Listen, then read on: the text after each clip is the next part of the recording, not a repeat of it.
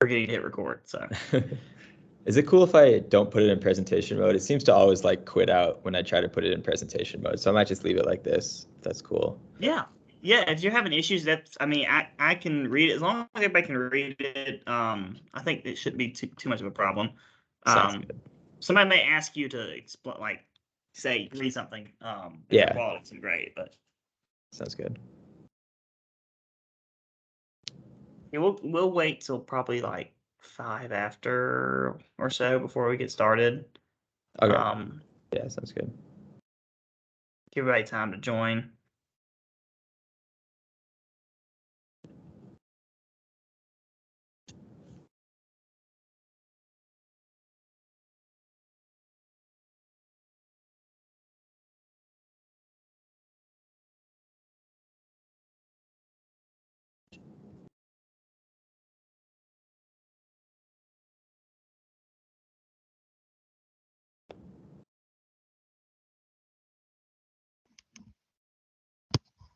Hey, Durant,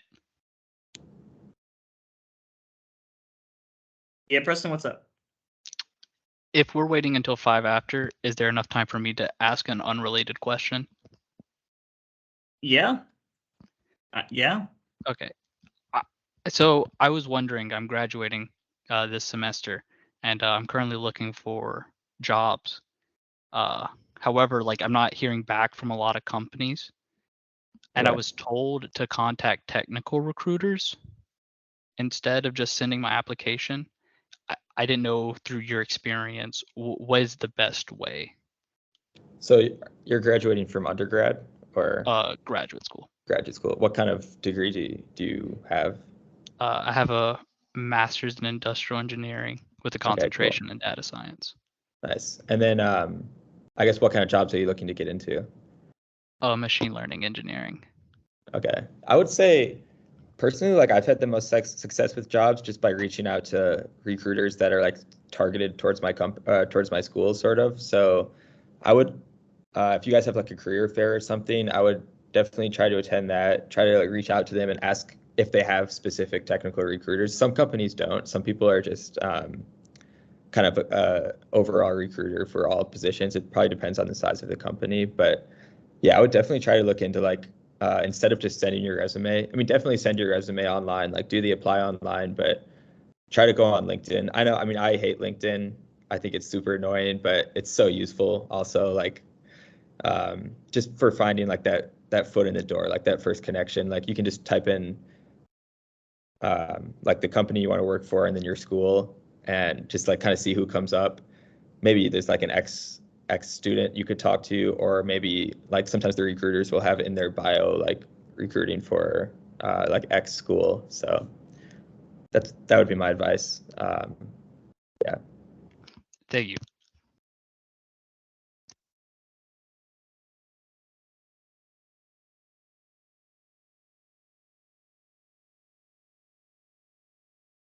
So are you guys mostly master's students or PhD students or undergrad or?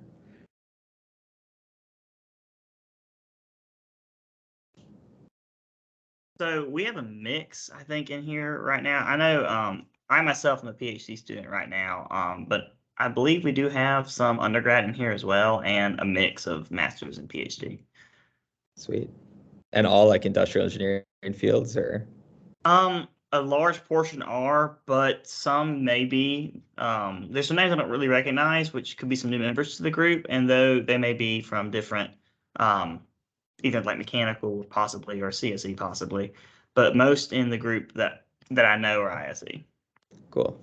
Sweet. It's the best major, so I hope so. Of course, of course. Although I will say operations research. I know it's a subfield of IE, but that's my new favorite. Right. Yeah, we have a lot of, I think, data analytic, like our program, at least our master's program, we just got new concentrations. Data analytics is a concentration, and operations research is like two separate concentrations, even though they kind of overlap a lot. Yeah, So it's a good mix between those two. sweet. Shut this curtain.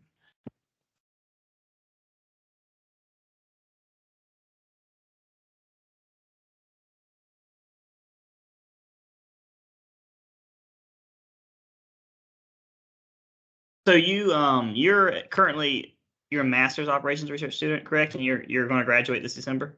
Yeah, I've got just a few months left, and then I'm done for now. Maybe I've always like flirted with the idea of the PhD, and sometimes it seems so enticing. Other times I'm like, nah, I think I'm just going to go into industry. So I wouldn't be surprised if I'm back in school eventually, but for now I'm done at the end of the year. No, yeah. I get it. It's a tough choice to make for sure.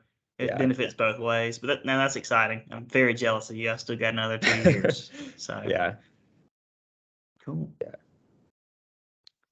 Yeah. We can give it a couple minutes, or if you would like to go ahead and start. I don't know if we'll have too many other people trickle in, but you can go ahead and start with your introduction and everything, and as they come in, they can just pick up where we're cool. at. Sweet. Feel free to interrupt me at any time, ask questions. Haven't given a ton of presentations, so hopefully it all goes well. But yeah, feel free to interrupt. I would definitely prefer it to be more interactive than not. But yeah. And I'll monitor the chat. So if there's a question in chat, perfect. I'll just stop you and let you know. Sweet. Thank you. So you guys can all see my screen, right? Just to make sure. Amazing. All right. So just a little background about me, I guess. That's an older picture of me from a few years ago. But I grew up in Wisconsin, so kind of straight north of Mississippi, if you think about it, but on the other side of the country. And then I came down to Atlanta for school. I've been going to Georgia Tech. I did my undergrad here in industrial and systems engineering. And then I stuck around for my master's in operations research, which I'm finishing up this semester. I've had a few different jobs along the way. I worked at 3M down in Alabama for a while, working in one of their manufacturing plants.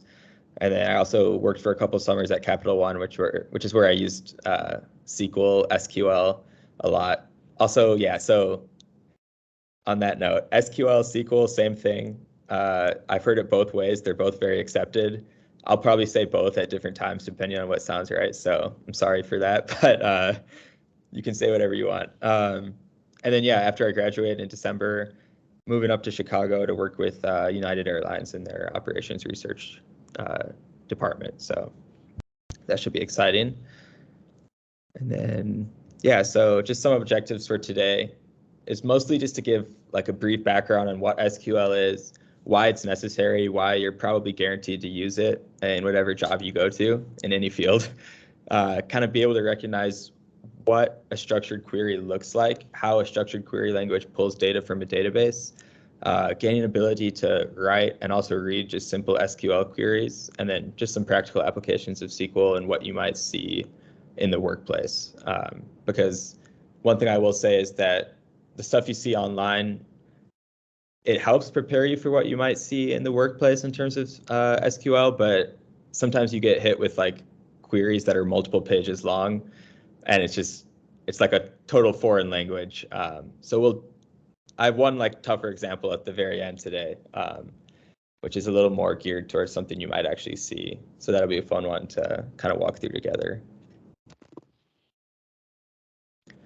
So what is SQL? So SQL stands for Structured Query Language, and it's more or less just a programming language used to manage relational databases. And a relational database is an organization of data in a manner that sorts data into predefined tables with connections and relations between fields in those tables. So as you can imagine, you can model literally like anything with a relational database.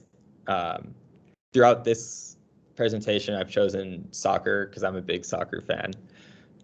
You might see Arsenal winning all their games. There's a reason for that if you're familiar with soccer at all. And then I also put a little football example in too. But it can really model anything from, people's credit card transactions is a popular one. So you might have like a huge table with just credit card transactions, and then the relational database side might be, you're linking that table to a table with maybe their password information, maybe like their address, where they live. But a relational database is nice because you don't have to put everything in one table. You can separate stuff up and then kind of join it together. We'll talk about joins a little later, but put things together as you need, take things apart as you need, filter down as you need. So they're really useful. They're at pretty much every single company, especially those of you that mentioned data science. A big part of data science is working with SQL. It's in the front end, just to like pull the data that you want, because that's as important as writing a good algorithm or like a good machine learning script. So here's just an example of two tables. The one on the left is just some different kind of fake games. So like game ID, home team, visitor, the score.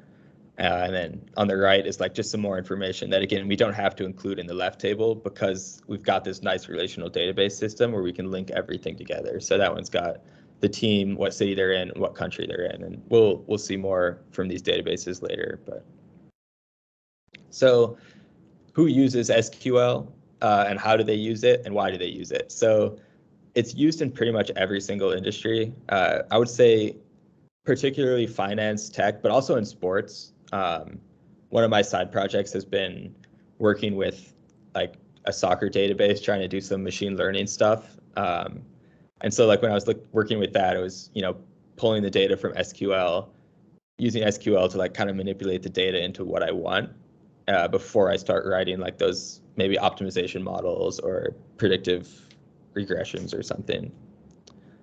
And kind of the general SQL pipeline that a company will follow is the first step is raw data is collected. And this is the messy part where you don't really know what you're getting.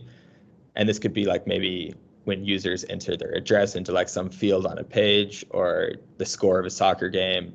And there's kind of like that random variable where you don't know, maybe the person who's like in charge of typing that into the machine messes something up and it's supposed to be a number, but they accidentally put like an A on the end of it, which can cause a lot more problems than you would think.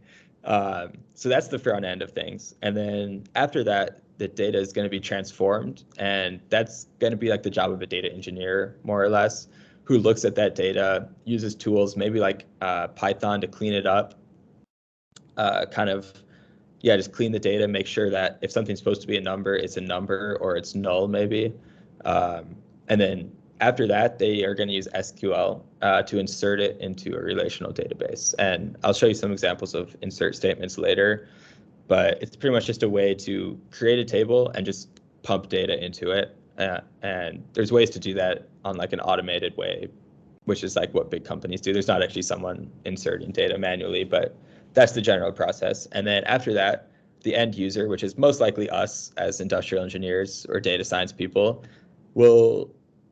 depending on the job, you might have to deal with like some cleaning of the data, but if you're at a bigger company, you'll most likely just have the luxury of querying the data that's already cleaned in the manner that you want, and then you can derive insight from it. So, and that's kind of where we're going to be focusing today, like the querying side of things. So how does one access SQL or like any structured query language? So it's most commonly accessed through an SQL server that's connected to a database. And SQL is one of those things, I think when you look at languages like Python, if I want to code Python on my personal machine, it's pretty similar to how I would do it in like a work environment. I would pull up I like using like Jupyter Lab. So I might pull up like a Jupyter Lab or a Python, any Python editor and use it. But SQL is a little different because you have to be connected to like a server and a database. And on a personal machine, like the example I'll show you guys later, where I kind of create these tables, but in my own domain, it's pretty easy just because they're so lightweight. But you can imagine like when I was working at Capital One, you have billions and billions and billions, maybe even trillions, I don't know, of like data on people. And you can't just like kind of store that on each machine. So in that sense, all the companies sort of have their own ways of accessing SQL, and they're always on the cloud these days. So you might be at Capital One, we use Snowflake, which is a server, but some more popular ones are MySQL or Microsoft SQL. Those are the two that I've seen most commonly. And so then those will kind of give you a portal to the cloud at the company you're working for. So again, just a little different between the way you might do it on your local machine versus in a company situation, but the language, the code is going to be the same. So if you're interested in downloading SQL, and Durant has these slides, and we can make sure you guys get these to get the link. But for me, the easiest way to do it is through MySQL. It's also free. There's a community source version that's really nice. So the first step would be to install the MySQL server for your specific machine. And that page is going to look something like this. So you would go to MySQL installer for Windows. Mac, unfortunately, is a different site that I don't have the link for, but it's on the same thing. You might just have to put Mac at the end. And so you'll install the one that's right for your machine, and that'll get you the server. But the server itself is just a way to host databases. So you're also going to need the workbench, which I'll show you later. This is kind of the application that you use to query the database. And so this one, again, you can just kind of follow the link and download it. It'll give you like a nice shiny new application on your computer, and then you can link those in the. So here, this is kind of how you would link those, the MySQL workbench to the database, like the server. When you open Workbench, you'll kind of get like this prompt saying enter a password for your server, which you will have done when you downloaded you would have created when you downloaded the server. It's a very easy setup. It just takes like a few seconds, and then you're ready to go to start creating databases on your local machine. And these will just be local, unfortunately, but it's a great way to just practice. If you can import CSV files, so you could import like a big CSV file and just practice querying it if you want. But yeah, okay, now we'll get into some of the kind of true SQL, how to write it, how to read it, and kind of what it does with databases. So before we do that, just some key relational database terms. I don't know if you guys are familiar with these, but primary key, you can kind of think of these as unique identifiers for a table. So when you're creating a table, you have to specify a primary key. And the reason there is just because you don't want to have overlapping data. You don't want to have two rows that kind of could be confused for each other. And so the primary key makes it so that, like for example, in the left table, the primary key would be game ID. So if I tried to insert another row into the left table with a game ID of 1, it would give me an error and be like, you can't do that. You already, like, I think it gives like a primary key error message. And the same thing goes for the right. The team is Arsenal, Barcelona, PSG. Those are the primary keys because there can only be one of them. And usually when you're working with databases, it's pretty evident what the primary key is. The one thing you have to watch out for is that the primary key could be two things. For example, like let's say you're looking at a database of names. You probably don't want to use like a first name as a primary key because there's going to be a lot of Lukes or like a lot of Jakes. So if you try to insert another one, it's going to give you it's going to yell at you. So in that situation, maybe you want to use like 3 columns as a primary key. So primary key being like first name, last name, and like address maybe, or first name, or just social security number is what most people do. But so yeah, that just kind of, these primary keys help protect against duplicate data. And then the foreign keys are used to link tables together. So they aren't as important, but they're good to specify because let's say you have a primary key on the right in Barcelona, the team Barcelona, and you want to link this table to the table on the left. You need something to link it to. And so that would be the foreign key. And those come up more in practice. We'll talk about it a little later with joins. But so those are just some key terms that I think it's good to know. And those are the first things you should identify when you look at a database to kind of see what you're working with, how you want to start querying the data. So the power of SQL and relational databases is pretty crazy, actually. So when we have nicely structured data, we can use SQL to seek specific data, get summary statistics, create new tables, delete data, insert data. Pretty much anything you want to do with the data, you can do with SQL if it's organized in a real proper manner. And it allows us to do it in a clean, concise way via queries, which are just pretty much you asking the data to do something that you want, which is really nice. And the great thing about SQL is that pretty much every SQL query is going to follow the exact same kind of skeleton. And it always starts with select. So after select comes like the columns of the table that you want to select. And then from is the tables you want to select from. And then there's three big optional ones. The first is where, which will filter down rows into the table. So for example, you might say where someone's less than 10 years old. And then group by groups people together based on a common feature in that row. So maybe you're looking at data in the United States and you want to group by people that live in Mississippi. And then having helps to filter down those groups by kind of summary statistics, which I'll get into later because having and where are a little confusing. But there's one key difference. And there's other query options as well, but this is like the real skeleton that every SQL query follows. And also, so SQL is a declarative language, which I think makes it really nice because I like to think it's sort of like how it should be is how it is. Sometimes when you're writing lower level stuff like C or like C++ or Java, you're just kind of like, what the heck is going on? But SQL kind of reads like English, which makes it really nice in terms of just interpreting like what someone else is doing. There's not a lot of documentation needed. It's very functional. It's very just like logic driven versus like maybe some other programming languages that you've seen. All right, any questions on that stuff before we get into some examples?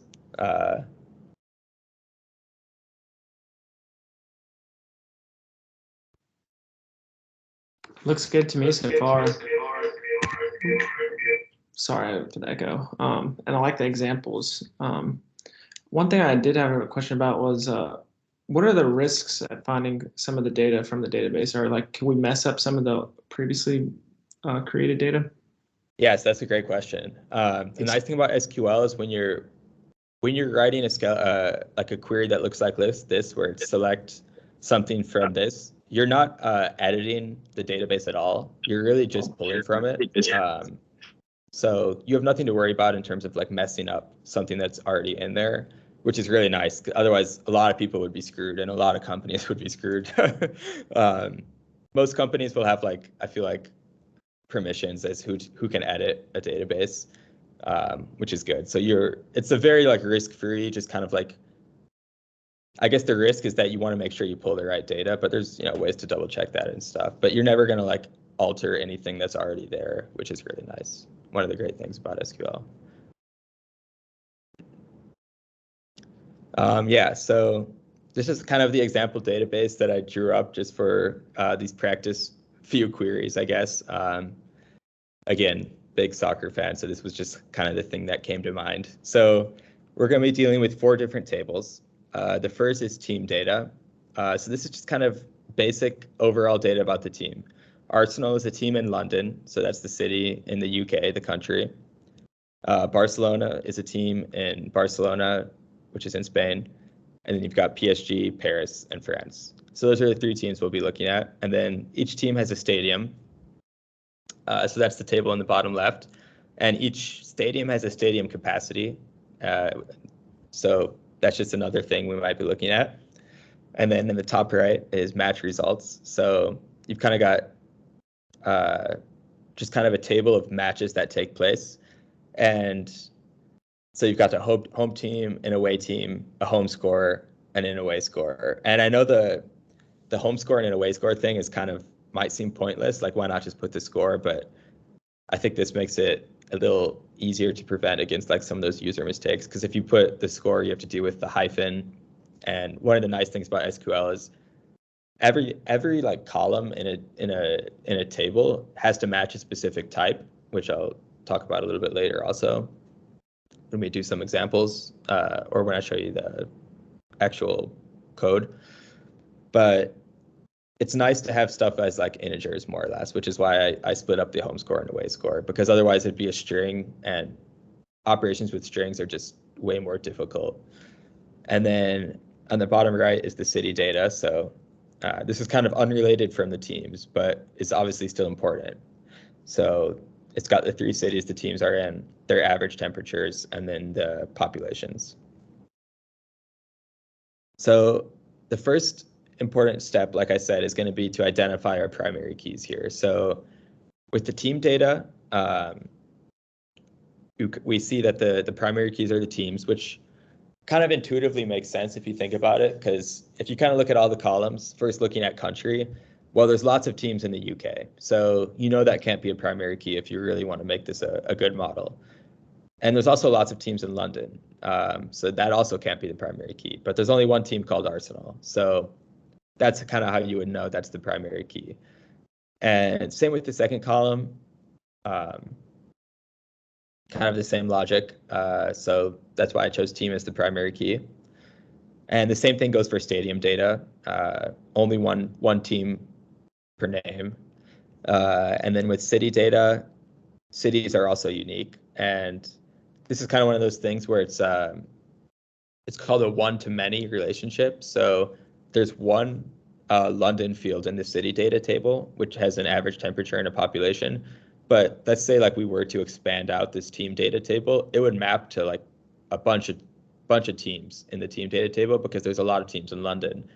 But we still would only have one row in the city data table. And then in the match results, I chose game ID, which is a pretty common thing. You'll see like an ID column because theoretically you could have like a match where everything is the same about the match. So maybe an alternate source of a primary key for this one could be like a home team, an away team, and a date, because they probably won't play each other twice on the same day. But it's easier to just kind of throw in a game ID primary key in terms of readability and use. So what kind of questions might we want to answer about this database? Obviously, it's a very small one, but I think there's still some information you could gain. So, for example, you might want to know which team has the biggest stadium. That one's pretty straightforward. I mean, looking back at this, you could tell me just by looking at it. You might want to know which team plays in the city with the largest population. That one, if you were just looking at the team data table and you were just looking at the city data table, you would never actually know. But you'll see that as we join stuff together, it becomes more apparent, and these are the kind of questions you can answer. How many goals were scored in London? That's a little bit more complicated still, because you can kind of think about how you might want to structure that query.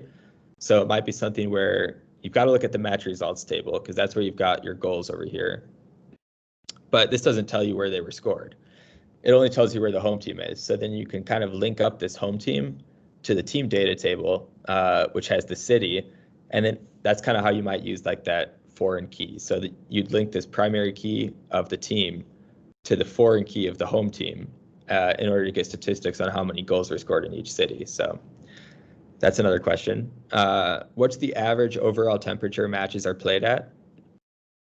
Looking at this one, again, you might not know just by looking at the city data table. It works out that there's one in each city, so you might be able to just take the average temperature. But if it wasn't like that, you would kind of have to do some SQL operations. How many games did Arsenal win? All of them, obviously. But yeah, another question SQL might be able to help you answer. So let's dive in, do some of these basic questions. We'll start with like the most basic, and then kind of just do a few examples of some of the more complicated ones. So select star is everybody's best friend and also their worst nightmare. So the star operator, or the star character in SQL, it's SQL's way of saying grab all the column fields, don't care what they are, don't care what they say, just grab them all.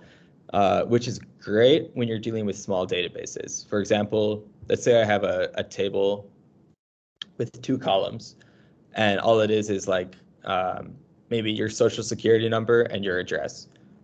In that sense, select star might be great because those are really the only 2 fields you want to look at. But let's say you have a database with like 100 columns, or like a table with 100 columns, which isn't too unheard of, especially I think at like finance corporations. All of a sudden you do a select star, and first of all, your query takes 10 times longer than it needs to, because you're looking at every single column, when maybe all you actually want is the information from 2 of them. So then it can slow things down and also just make it unreadable because you don't want to comb through 100 columns trying to find the information that you want. But if you were to select star, that's kind of what it does. So for example, let's say we were to run the query, select star from match results. So we would go back to our match results table, which looks like this up here. And there's no filters on it. There's no where clause. There's no specific columns that we're grabbing. So it's just going to be the exact same table copied over. And that's what we see here. So this is like the most simple SQL query possible. Select star from X table. And it just duplicates the table. And then everything else is sort of built off that structure. So let's complicate things a little bit. Let's select all the matches where the home team won. So again, back to our SQL skeleton. So we know we're going to start with select, and we're going to keep the select star operator here, just because, again, we're working with a small table. And we only need to look at the match results table here because, so if you want to select all the games where the home team won, we want to look at the match results table, and the home team wins if the home score is greater than the away score. So if we just want to talk about it in English first, which I think is more helpful, all we're doing here is going through this table, and we just only want to take the rows where the home team has a higher score than the away team. And you'll see that translates really nicely into SQL. So select star from match results. That's going to give us the whole table. And then we just need to filter down one more time because we only want the ones where the home score is greater than the away score. And it's as easy as just where home score is greater than away score. And that would produce the table on the right, which is the same as the table before, just without this middle row because the away team won there. So yeah, so now what if we want to deviate away from that that select star? Because again, it's very bad practice in industry to use select star. You probably never see it. And again, we'll use the same filter as before. So we only want to look at matches where the home team won. So we want to select the home team and the away team on matches where the home team won. So in the select statement, instead of select star, we're just going to do home team and away team. And then from the same table, match results where home score is greater than away score. And that's the same filter. And that'll produce the table on the right, which is way easier to read. Because if you're only really looking at the games where the home team won, maybe you don't care about the score anymore. And you're just kind of interested in what the two teams playing were, what the matchup was. You don't need to know what the game ID was. No one's ever going to ask, like, well, what's the game ID for this game? They just want to know the two teams. And so it's a great way to just filter down your columns that you're looking at. And then what if you want to pull data from multiple tables? So this is where the join statement comes in. And this is like probably the most confusing part of SQL, in my opinion. At least it was when I was learning it. So I'll try to go slowly. Feel free to ask questions as needed. So joining is just more or less a way to put two tables together. You can kind of picture like one table on the left, one table on the right, and you're literally just like making them touch, like just joining them together. So I think that the most simple join, I'm going to make this bigger actually since I can. Let's see. Anyway, okay, so the most simple join is going to be the inner join. And the great thing about the inner join is very beautiful because let's say you have table A and you have table B. The inner join just says, okay, give me a key in table A. So again, that's going to be your primary key, or it could be a foreign key, but it'll almost always be the primary key. So it's like, give me table A with a key.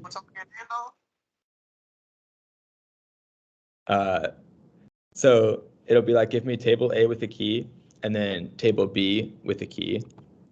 And it'll say everything where the key on A is equal to the key on B, give me those, and that's it.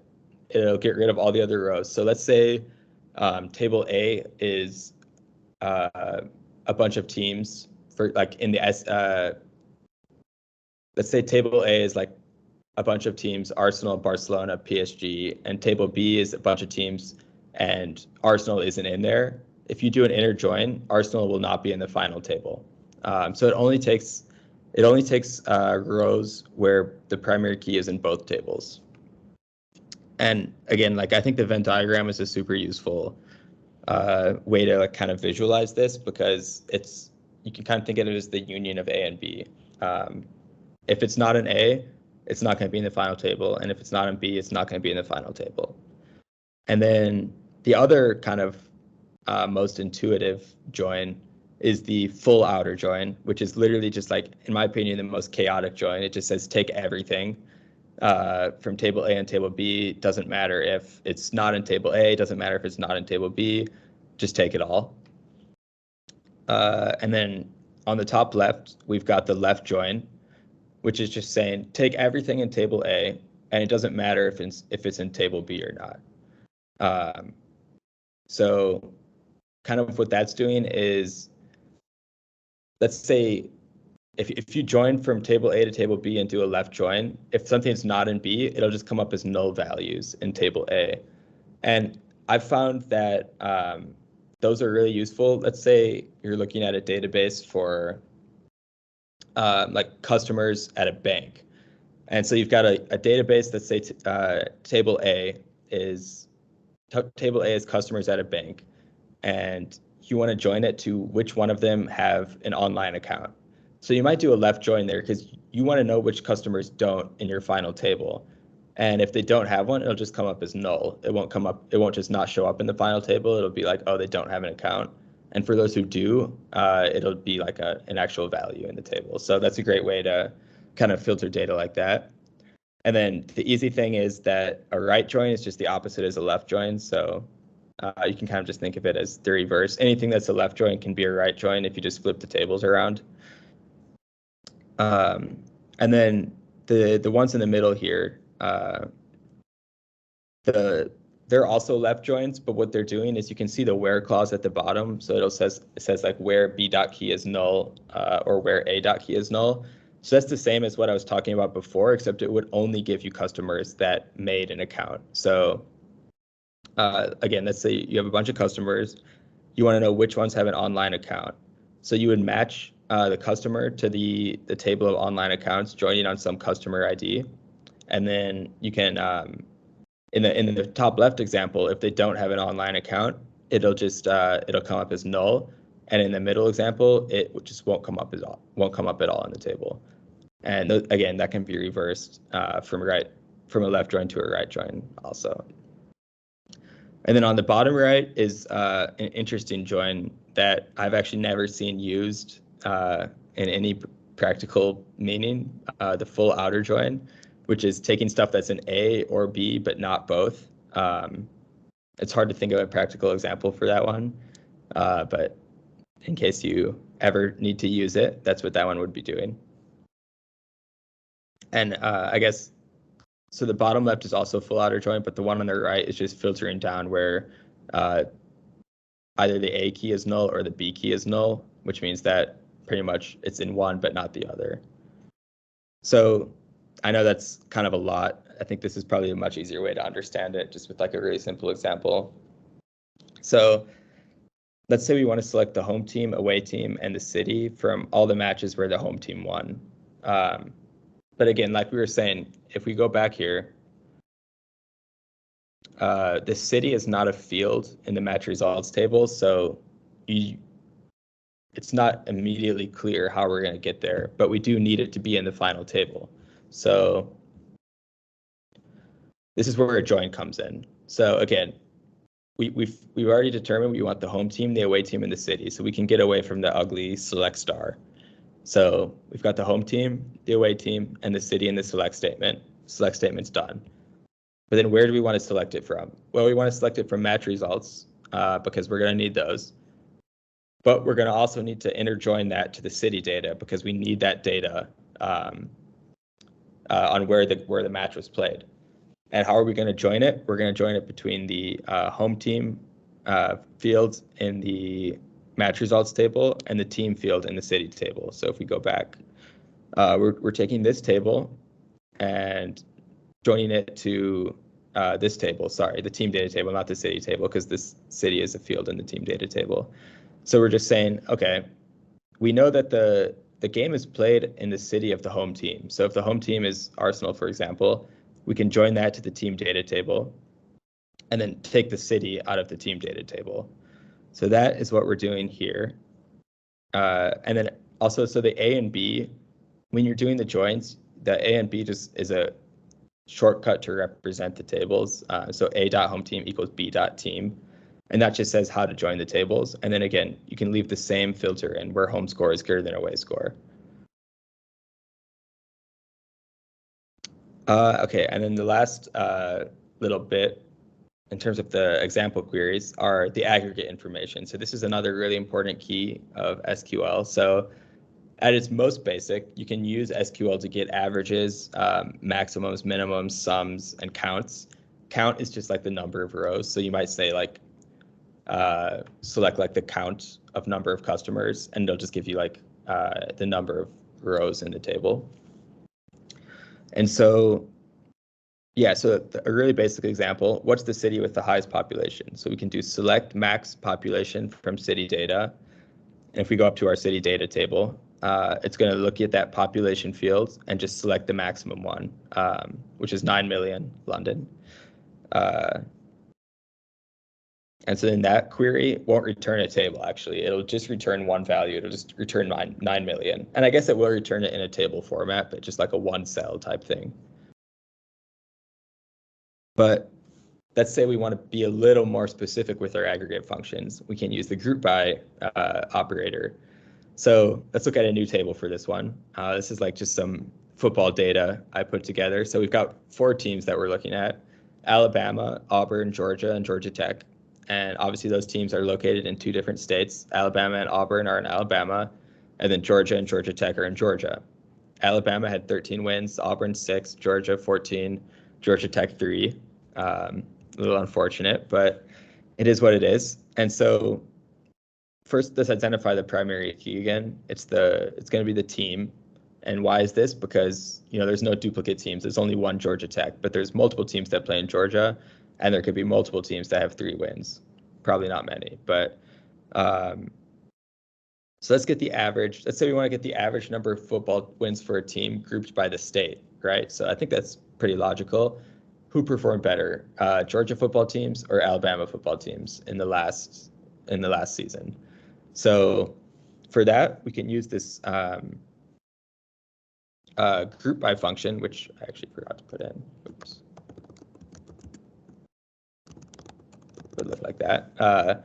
So we would select the state and then the average number of wins. And again, it kind of reads just like English. So it would be like state, average number of wins from football data, which is the table, and then group by state. And so when you put that group by state in, it's saying, okay, go back to your select statement. So it's going to search the select statement for state.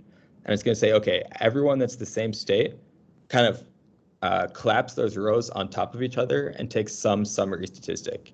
And in this case, the summary statistic I chose is average. And we see that Alabama has on average 9.5 wins and Georgia has on average 8.5 wins. But the nice thing about the group by function is that you don't have to do just one statistic. I could add in like max num wins, like min num wins, and it'll just like add more columns to this table, and it won't break anything. It'll still group it by the same groupings. All it does is look for this state, and then everything afterwards has to be an aggregate function. So if I had like state and then team or something, it would yell at me and be like, no, you can't do that. So, but because I just have state here and I have state here, and then these are all aggregates, it'll work in the group by clause. So the last bit of the SQL skeleton that we haven't talked about is the having clause. And so we've seen that the where clause will filter out certain rows of data, like when we were looking at only matches where the home team score was greater than the away team score.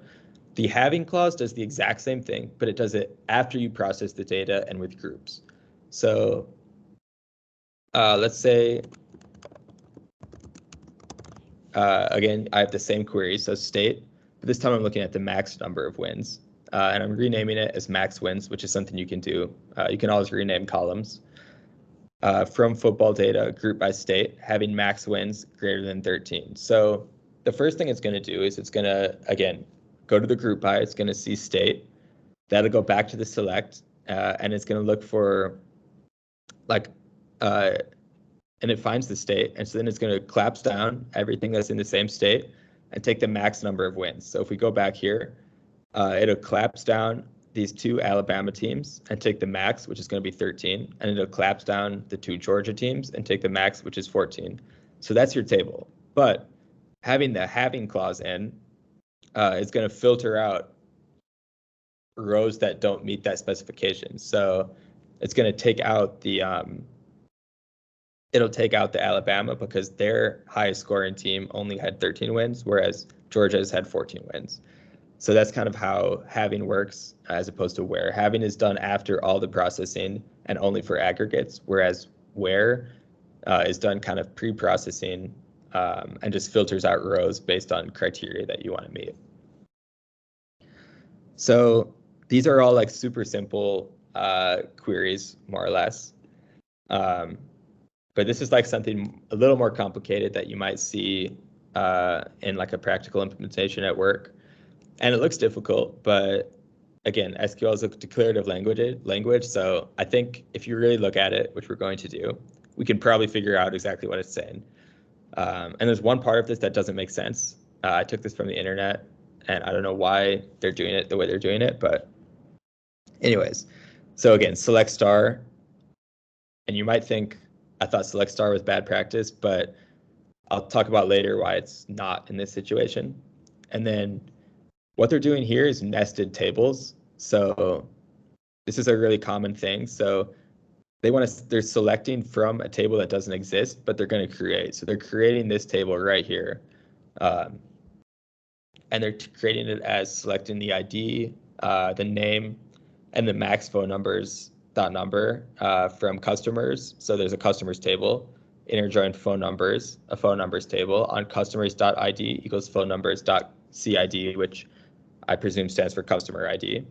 And they're grouping by the name and the ID. So what are they doing here? So they're taking, in this first table, they're taking a customer, their name, and their max phone number, which I personally cannot make any sense of because I don't know why they would take the max phone number as opposed to like just the most recent phone number, but it is what it is. And they're renaming that query as customer details. So that's a whole new table that just has, again, the customers, their ID, and their max phone number. And then they're interjoining that with another nested query, which is going to be like select the customer ID, the number of HTTP requests from web events, this table, interjoin HTTP events on the rec IDs being the same, and then grouping by the customer ID again. So this is going to get the customer ID and how many total HTTP requests, and then they're renaming that one as customer events. And so now they have this table that they created via a query, and this table they created via a query. And then they're joining those on the CID equals the ID, and only people, again, filtering out to only people who have requests over 1,000. So this is a super complicated query, at least compared to like what we've seen. So obviously like it might not make sense, but kind of just an example of what you might see in like a more practical setting. And also I would say just like don't be scared of them because again, it's just English at the end of the day. It's not like some languages are like actually foreign languages, some coding languages, but this is really just English. And the select star here is okay because they're already selecting specific columns in their two nested queries. So if they weren't doing that, then it would be pretty bad to do select star because I bet these tables have a lot of fields. But since they're already filtering down, the select star is fine. So I'll give a quick demo using like some MySQL workbench to kind of see the workflow. Before that, though, a recommended resource to keep learning is W3. Cannot recommend it enough. I've used it so much. It has a bunch of lessons and practice problems using SQL in a variety of environments. Here's the link to it. Let me pull it up. It just has like literally every single SQL function you could ever want on the left. Literally, I think every single one. And for each one, it has examples and exercises, and it's all free. So yeah, this is like the number one learning resource for yourself. And then, all right, let me do a quick demo. I can share. Sweet. Okay, so this is my SQL workbench. And what I wanted to do here was just kind of show you how you might create some tables. I just kind of took some of the tables I was using earlier as examples.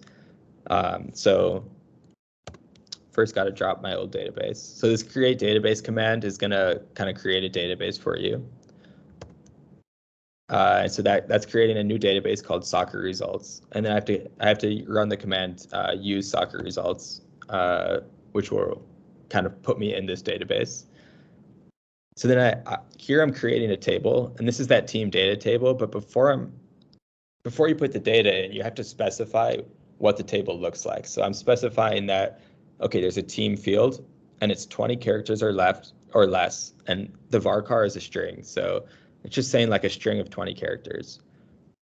City, another string of 20 characters. Country, string of 20 characters. And then I have to specify that the primary key is the team, so that it knows that if I try to insert 2 rows into this database, into this table with the same team names, it'll yell at me and not allow me to.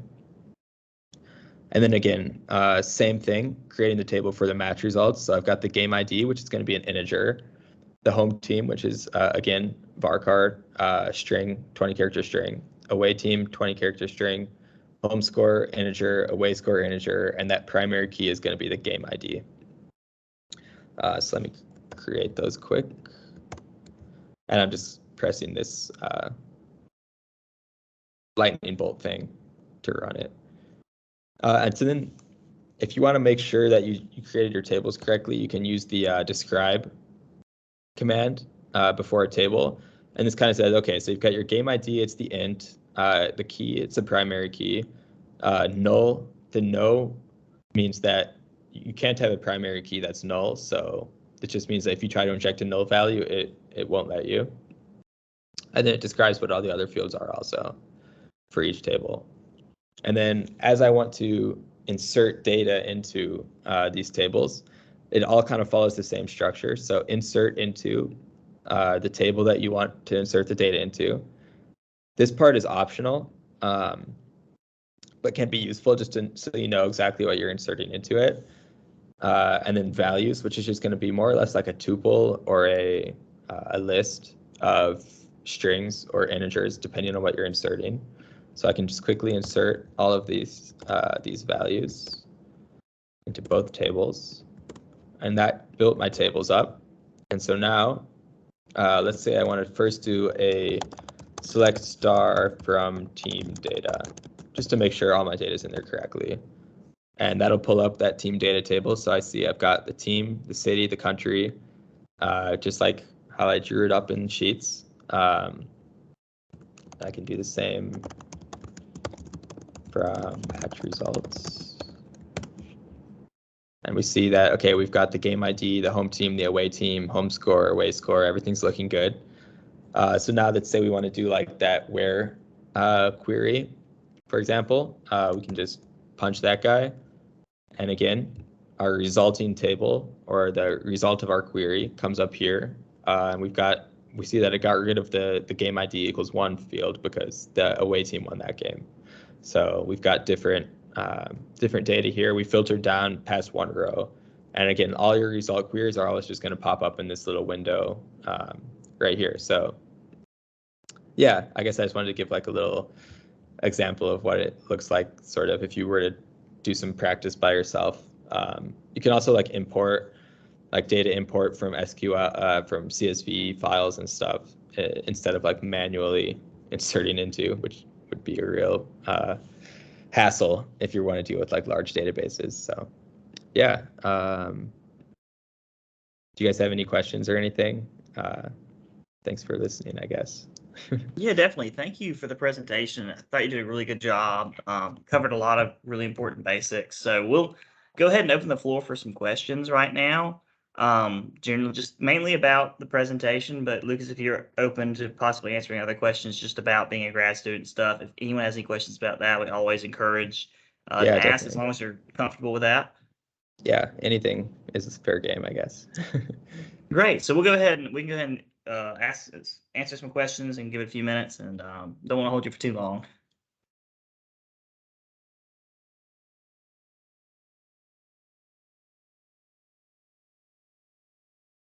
Well, I'll go ahead. I had a couple questions. I guess one of my questions I have is SQL is like the golden standard when it comes to querying languages. Are there any other languages that compete or at least maybe serve purposes that SQL might not be able to do?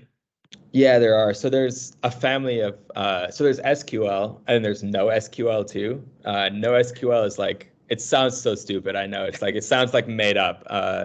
But NoSQL is like a non-structured query language. And I know a lot of companies do use them.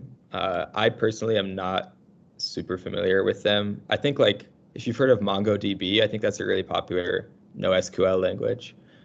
But yeah, I know like most people use SQL, but like there are a lot of NoSQL languages also, or like applications. Okay, I gotcha. So what would be a limitation if you had to think of one for SQL? Um, Interesting. If there really is one. Yeah, Or I mean, what would be I guess a better way of asking, what would be a benefit of having a no SQL or SQL language? my guess would be so SQL is like very structured in the way like everything has to be set up, which is really nice in my opinion because it's really nice because everything follows a certain format. And if I want to query something, I know what I'm going to get out. I know there might not be like garbage in there, like, but I think I want to say it is more inefficient than like I know like the main selling point of the NoSQL languages is that they're faster. I don't know why they're faster, but I know that's what they use to sell them. I imagine it's has something to do with like maybe since they're less structured, they can store the data in a more efficient manner, but I'm not totally sure to be honest. I know that. I mean that's I guess that's probably one of the reasons why. But yeah. So I guess that does bring. I have one more question, and then I'll open up for some other people. For like computation time, or I guess working with Python, we're always concerned about computation complexity and the runtime of a program. With SQL query, is that when you're writing those query, like when you're writing your I guess code to actually query your tables, an is there also a computational efficiency concern when you're doing that? Does that play a big role in how you write your programs? Definitely, yeah. It's not the same as Python or like because in that sense you're looking at like the big O stuff, right? Like O of n Right. squared. Like that doesn't really come into play here, but it's more like you want to be efficient in the data that you're pulling. So you want to make sure like your where clauses, like if there's things you can filter out, filter them out because it helps a lot. And like if you only want to look at two columns, make sure you're only looking at those two columns and not all the other columns. Because it's not uncommon. Like you could write a perfect SQL query at like, for example, I don't know, maybe like Bank of America where there's just like infinite data. You could write the perfect query and it'll still take like 5 hours to run. So like anything you can do to cut down on that time is really important. But yeah, it's not necessarily like an efficiency thing. It is an efficiency thing, but not in like a big O sense. More in just like you don't want to be looking at things you don't have to look at because it's just going to waste everyone's time. Right. Cool. Thank you so much. Anyone else have any questions for Lucas?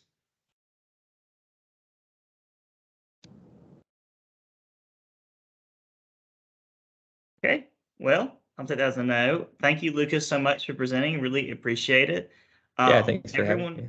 of course. Everyone else, before you leave real quick, if you haven't done so already, I'm going to share our group me for Mississippi State, our universities. This is how we get our main form of contact. So if you're one of our students who's interested and you're not already in this group chat, if you can scan this QR code now, that should be able to add you in there real quick. So I'll leave it up for a couple minutes here. And if you guys have any questions about Informs in general, please feel free to ask away, or you can reach out to us, email us, or message us in the group meet. So, but that's all I've got for today. Thank you guys so much for coming.